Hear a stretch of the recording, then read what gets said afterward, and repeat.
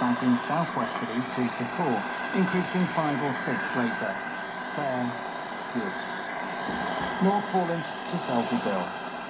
Westerly veering northwesterly 3 or 4, backing westerly or southwesterly 4 or 5. Fair, good.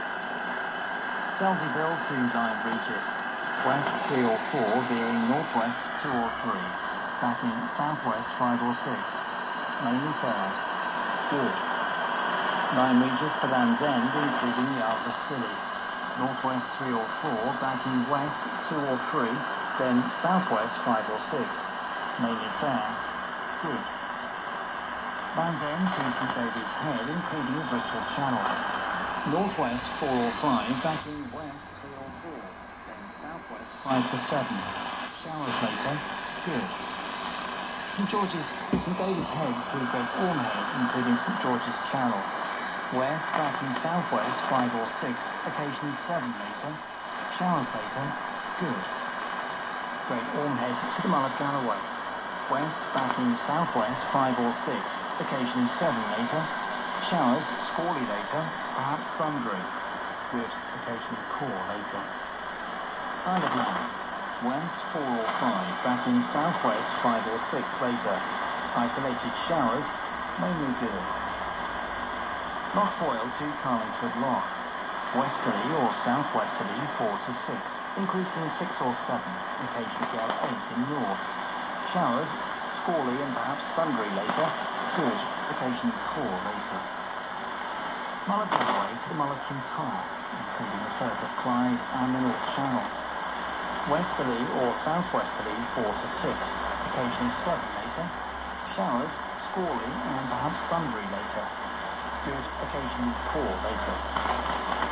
Mull of Kintyre to Ardnamurchan Point. Northwest 5 to 7, backing west 4 to 6, then southwest 6 to gale 8, veering west 6 or 7 later. Showers, squally and perhaps thundery later. Good, occasionally poor later. Ardnamurchan Point to Cape Rough. West or southwest 5 to 7. Showers, squally and perhaps thundery later. Good, occasionally poor later. On the Shetland Isles. West or northwest, backing south or southwest 4 to 6. Squally showers, perhaps thundery, good, occasionally poor. And that completes the shipping bulletin, which of course means we're reaching the end of our broadcasting here on BBC Radio 4 for the day. No, plenty to keep you company, of course, over on Radio 4 Extra tonight. Dark comedy starting just now with Derek Foles and Annette Crosby. Will Barry and Kay's recurring dreams of an affair and a body in the garden come true? That's in Behavioural Sciences over on Radio 4 Extra. In a moment I'll hand you over to BT World Service. We'll take you through the night, but we'll be back on air at 5:20 in the morning on BBC Radio 4 with my colleague Lisa Costello. This is John Hammond in Broadcasting House in London, wishing you, wherever you are, a safe and peaceful night. Good night.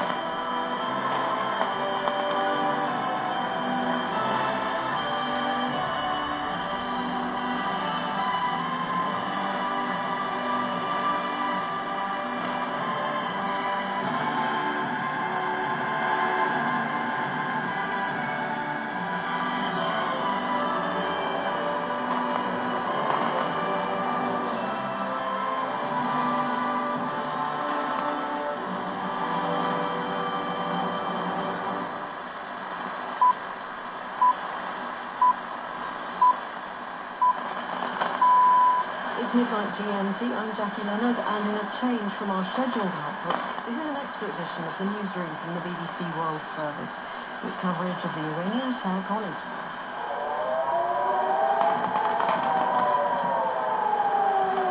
Sirens in Jerusalem as the waves of drones launched from Iran started arriving. Explosions have been heard in the skies, but there are few clear reports on injury or damage. Iran's UN mission has suggested the attack launched in retaliation for a strike on its consulate in Syria that it blamed on Israel, can be deemed concluded. But earlier, the Prime Minister Benjamin Netanyahu said the Israeli armed forces were ready to respond. I have set a clear principle. Whoever strikes us, we will strike him. We'll discuss the implications for the region and the world, all here on the newsroom. From the BBC World Service in London, Aberdeen with a news bulletin.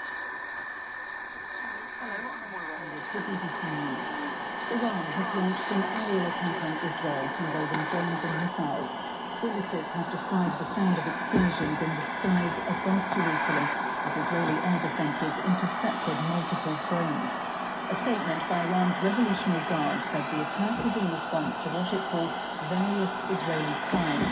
Earlier, in an address to the nation, Prime Minister Benjamin Netanyahu said the military was ready for any scenario. Our correspondent, James Landale, is in Jerusalem. We are in uncharted waters here now, a war that has been a covert war that has been in parts a shell and over war. And what depends now, what matters now, is how effective this Iranian strike is, and that will then shape Israel's response. At the moment, we simply don't know the answer to both those questions. I think there'll be a lot of questions tonight about who knew what and when and what warnings were given, but equally, that will all be secondary to what actually happened. Our Middle East editor, Sebastian Usher, looks at the possible implication of Iran's news. The questions obviously that arise from this is how measured, how worked out is this response from Iran? Is there built into this the fact, the idea that Israel and its allies will be able to shoot down virtually all of the drones